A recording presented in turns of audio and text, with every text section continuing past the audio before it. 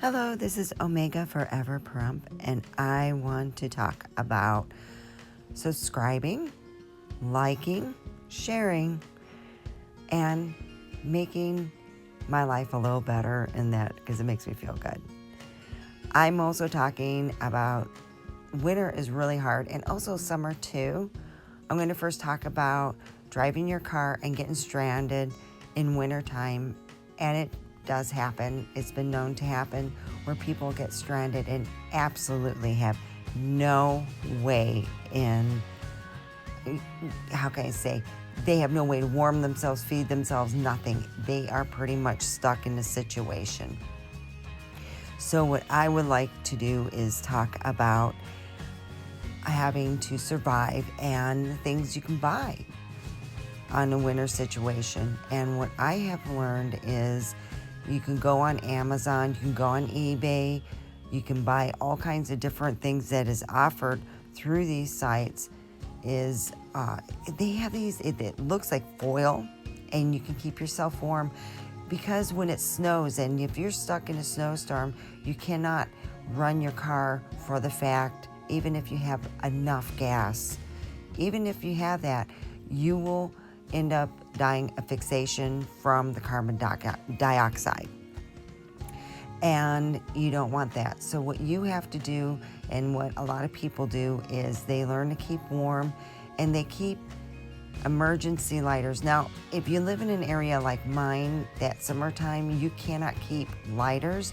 And I would suggest matches. My favorite matches are the ones that are made out of wood. I know it uses wood, but I've had the best out of them. And you can put it in a packet with that you can make sure that the matches are not just away, but it's like a Tupperware, you know. Put it in a Tupperware where it's not going to get wet in any situation, and you'll be able to keep warm. Another thing that I've known people to do is with the Mylar, I call them the Mylar blankets, is make a makeshift tent. They also collect rain. You could do that even with snow. You can collect it where you feel, and you can, what a lot of people do is they save their cans and put it in, like their cans from beans or vegetables. And what they do is they take the snow, put it in the can, and you take your fire, which would be from a tea light. That would be great to add it into your, you can put it in what's called a bug out bag, emergency bag. And what you do is you go and you take the fire underneath the tea light, and from the snow inside your can, and you melt it and you have drinking water. A lot of people, especially me in the summertime, I figure out how many people I have going with me in any place. Even though I have a newer car, there's always something that could be an emergency situation where I wouldn't be able to get water. And it's usually for one day a human being could deal with 1 gallon of water. And I usually bring, 4 gallons if I'm bringing 4 people, 5 gallons if I'm bringing 5 people. And you could do the same even though it's wintertime and not every day it's going to snow a lot, but it could be icy conditions. It could be conditions where you are not where snow is at, but at least you have water, and you get hurt.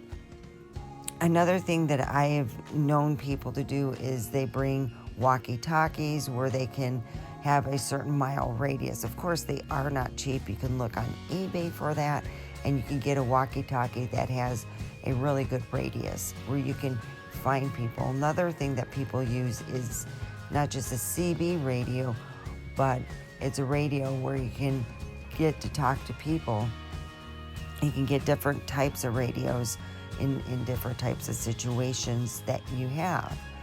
I've known people who have had cell phones that were the really expensive ones that you can use. It's like they go with, not cell towers, but they go with,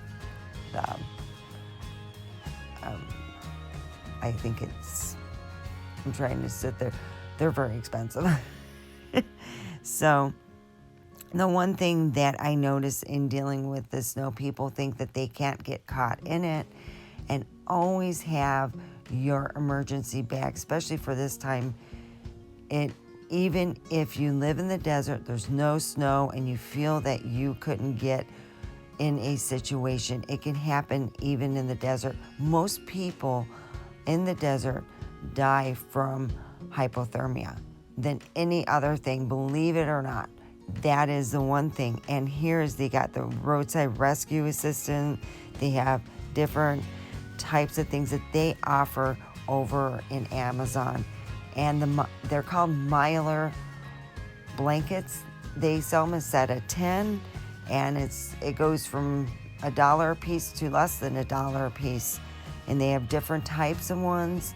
I was thinking once I get working, I can try these out in a situation where I would try to, at least in a cold, because it's winter here, in a cold situation, see how warm I am, if my body is warm, and if I'm able to, deal with like sitting in a car, that I would have the Mylar bag. It would be my own thing because my family wouldn't do it with me. But maybe I can get some of my family members to try it too. There's supposedly some of the Mylar ones, which there's here 10 emergency foil Mylar, and some of them are under $10, but you got to add tax. And I'm really, impressed with the price. You get 10, but how big are they? Do they just cover your front, and then you're stuck on, cold on your back, or what?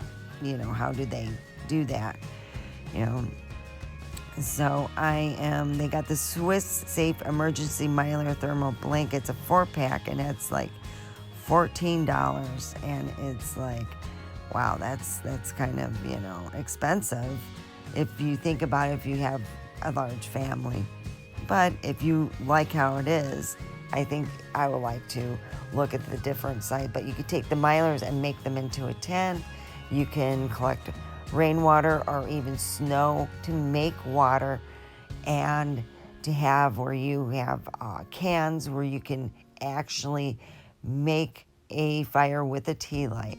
And these are things, the list of things that you should have in your emergency bag should be tea lights and flashlights, and then you have all your other things that could deal with what you need. And like I said, I do have a PayPal. It would be great, I know it's Christmas and a lot of people are spending money, and it's just would be great to hear from you at least.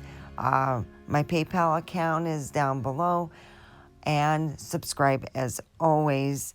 Thank you, and have a wonderful rest of the day.